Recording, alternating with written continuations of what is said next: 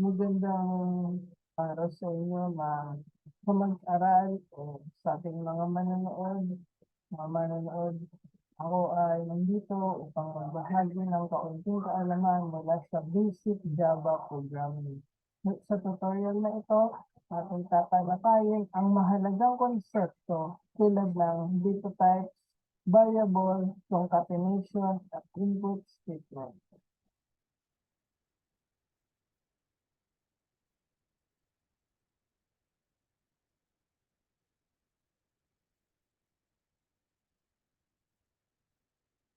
Tingnan natin dito kasi ang tungkol sa data types at variable. Ang mga data types ay nagsasaad kung anong uri ng data ang maaaring itago sa isang variable. So, kung ano ang pag-set sa kanya. Narito ang unang mga halimbawa. Ang ipapakita kong halimbawa sa inyo ay tungkol sa mga data types na kadalasang ginagamit. Burahin natin. Back to burahin natin. Sa pag-set ng variable, mahalaga ang data types. So, yun ang tumutukoy. For example, gagawa tayo ng simpleng informasyon.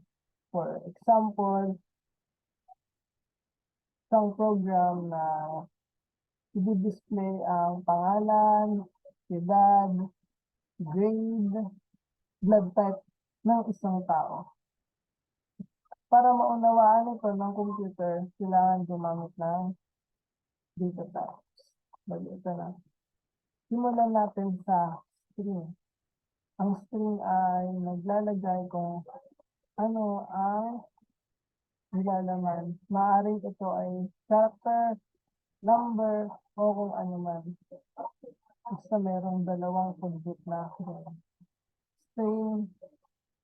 Lalagay natin sa string ay first name, gagamit tayo ng camel case para mas decente siyang tignan. First name, set natin sa pangalang Rafael. Dapat nagtatapos siya lagi sa comma bawat line. 3. Sa pagtatanong naman ng edad, tayo ay gagamit ng integers. Int age. Int age equals 20. Kasi 20 lang yung age niya. Pero tuloy muna natin yung string na may pangalang last name. Last name equals nasunabo. Bigyan muna natin ito. Nasunabo. Nasunabo. Yan. Tapos, ang lalagyan naman natin susunod ay blood type.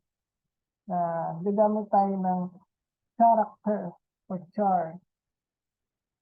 Char. Yan. Ang pinagkaiba ng string sa char ay yung char ay gagamit lang ng isang letter mula sa ASCII. Bali, ilagay natin dito, blood type. Siyempre, gagamit pa rin tayo ng camel case. Pero pagdating dyan, isang conjugate lang ang gagamitin. Hindi natin, meron tayong blood type na letter A. Yan, tapos dito. Yan yung simpleng data types at variables pag-i-store. Ngayon, ilalagay naman natin dito yung boolean. Yung true or false. Mamaya, tatalakayin natin na if else statement. Bali, sa boolean na to ay magsiset tayo ng true o hindi isang variable. Para i-cast siya sa pamamagitan ng ganitong paraan. Boolean means student equals true. So, student type. ganyan siya tawagin. Para ma-print naman yan sila, hindi mo na kailangan i-type ang value nila. Pwede mo na lang tawagin sila sa pamamagitan ng kanilang mismong variable mo. For example, sa pag-print ang system.out the print line, hindi mo na kailangan i-print na kagaya na ito. And, pakita natin kung paano. Ganyan.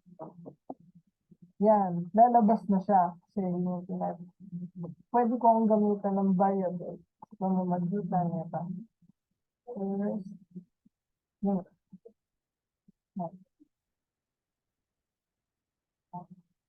Mapiprint siya. Kasi yun yung value niya. Yun yung nakalagay sa kanya. Ganun din naman sa, tuloy natin hanggang sa last na. Please,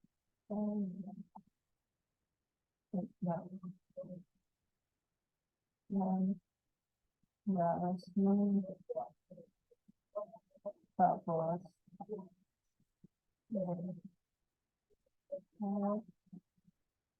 full time,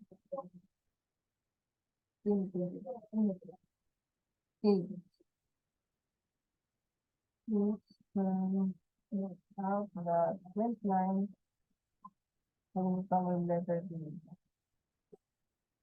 Print line, blood type. Blood type. Sa bulyo naman, out the print line.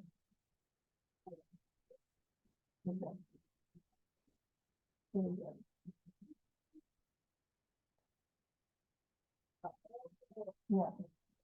Bali, pag pinrint ko to, ganito na ilalabas sa kanila. Yan. First name, Rafael. Last name, Basulabe. Age 20. Blood type A. Student, true. Ngayon, para maging mas decente siyang tignan, kailangan lalagyan natin siya ng string o para mas matupol. Kagaya na ito. Pero bago natin ma-add ang dalawang string, kailangan gagamit muna tayo ng concatenation. Yan po naman siya ginagawa. Example yan. First name,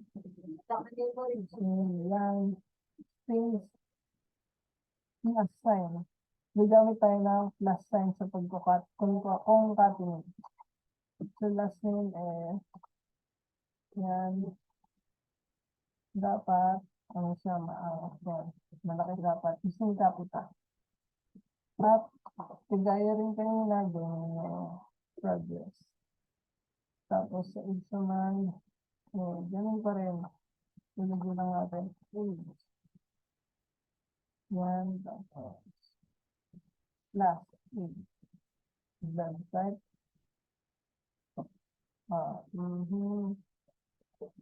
Blood type.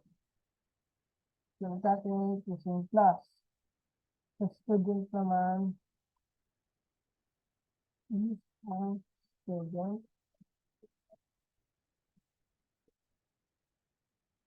Yan, student plus. Ngayon, susubukan natin siyang i-print kung gagana. Yan, gumana siya.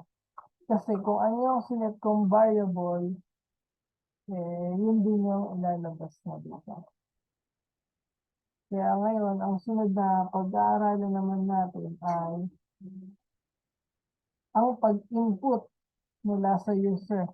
Yung tayo na yung magsiset na mga tao dito. Magagamit natin siya sa pamamagitan ng pag-import ng scanner. Sa ganitong paraan. Info, java.util.scanner. Yan. Para matawag natin siya, kailangan magsaset tayo ng scanner. Scanner equal input equals new scanner. System.in. Yan. So, pamamagitan yan. Pag tinawag ko pang input, mapupunta siya sa mismong scanner. Pwede mo siyang ibahin ng pangalan, pero mas maayos kasi pag nakaset lang siya sa input. Bali, aalisin natin to para magtatanong sa tanggalan natin ng value para kung sino na lang yung maglalagin yung may value. First name. At gawin lang natin silang single line kasi isa lang naman yung line eh. Isa lang naman siya. Ito. Yan. Properties. Tapos yan. Last name. Tingnan natin to. Ngayon, para ma-print na siya sa pamamagitan ng ganito. Gagawa muna tayo ng indicator. Isa natin ng system.out.print line.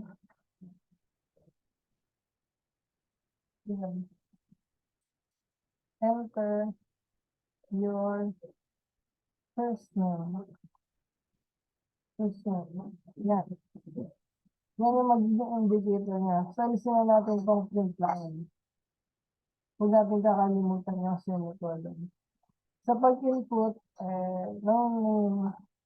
So, pag string yung gamit, ang ilalagay natin, next line, kagaya nito.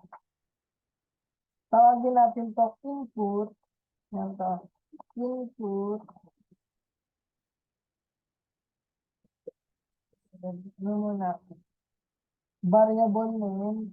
First name. Equals. Input. That next line. Laging capital letter. Pag sa school. Yan. Tapos gagawa naman ulit tayo ng indicator sa last name. System na print line. And print lang. Para hindi siya magkukonsume ng masyadong lang. Enter your last name. Let's close yan din yan. Last name equals input dot next line. Ayan na. Punta naman tayo sa system dot out dot print line. Hindi, print lang. Print. Enter your age.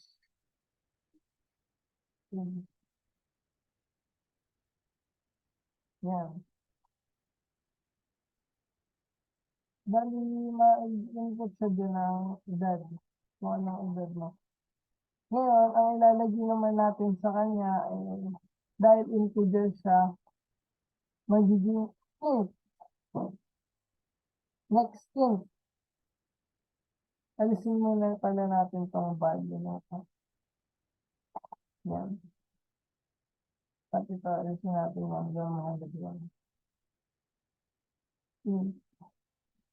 Bali, age. Tawagin natin yung variable, age equal input dot next.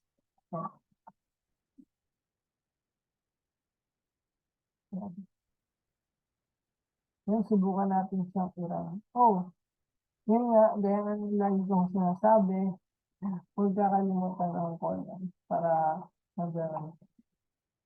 Yan. Enter your first name. Yan, pinapakita dito sa pag-input. Halimbawa, lalagay ko sa L. Lalagay ko ulit dito.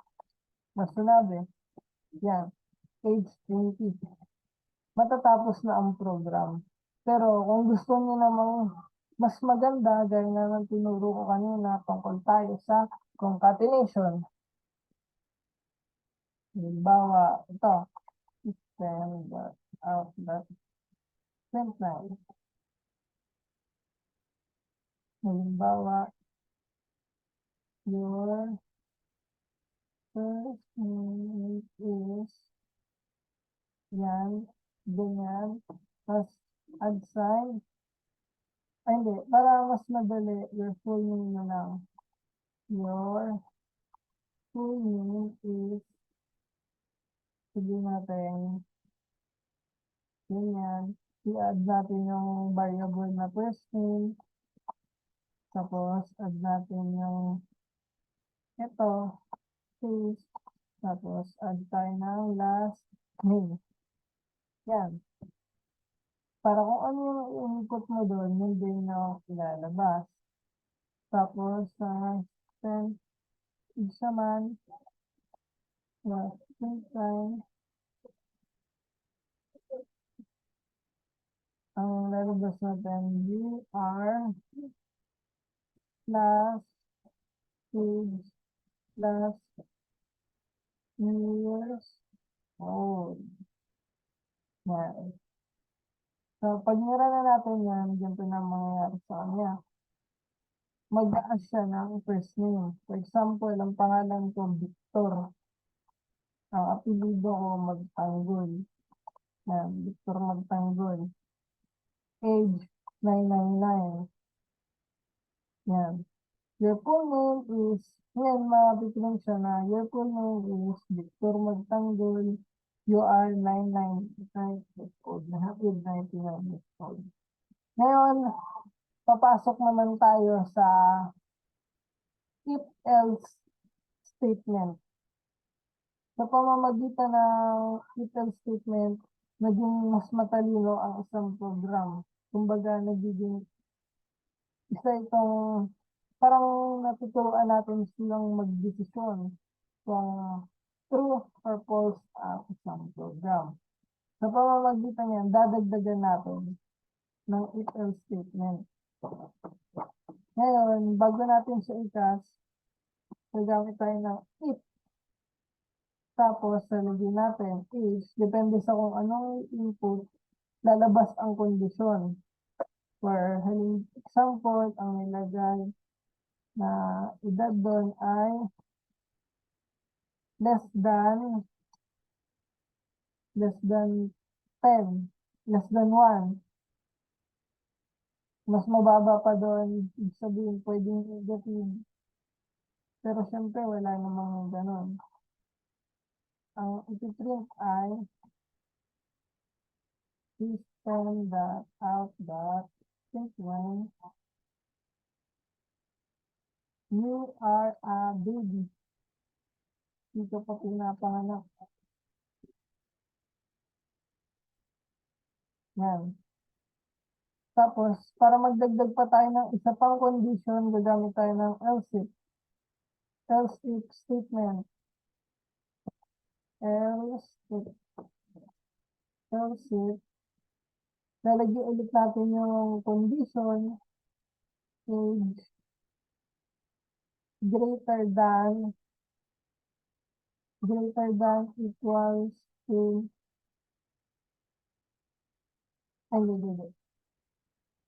age is less than 13. Lalagyan natin dito.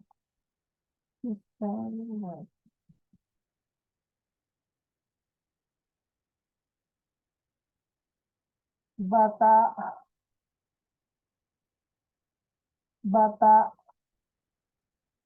ka pa, bata ka pa cool. Yan, bata ka pa cool.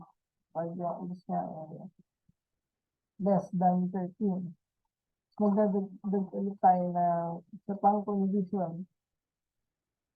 Else if. Magdadagdag ulit tayo na age. So, ang age ay greater than or equal to 13. System that out that print time to mode teenager. Yan. You are a teenager. You are a teen. You are a teenager. Hindi mo kalimutan to. Colon yan. Tapos, else it age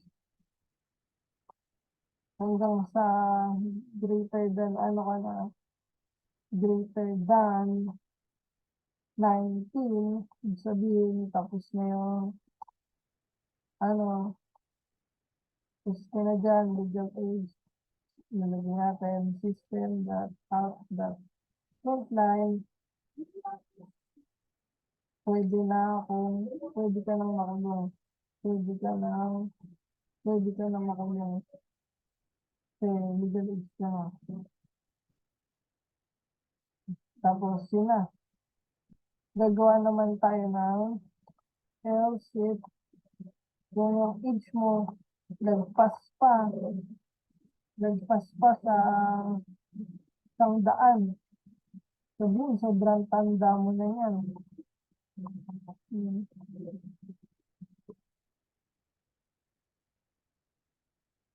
Wait lang.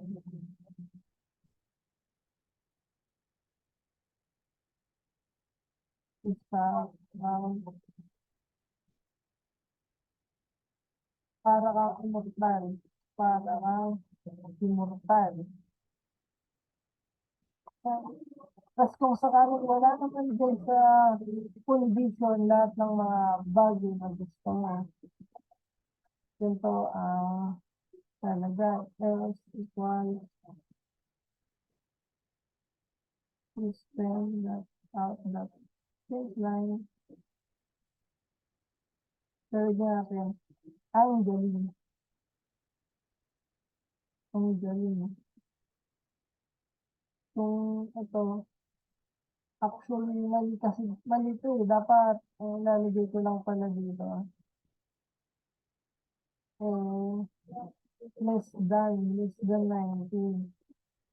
Para mamit yung condition. Tapos, ito, lalagay ko dito. Less than 100. Yan. Yan, subukan natin i-run yung program kung gagana.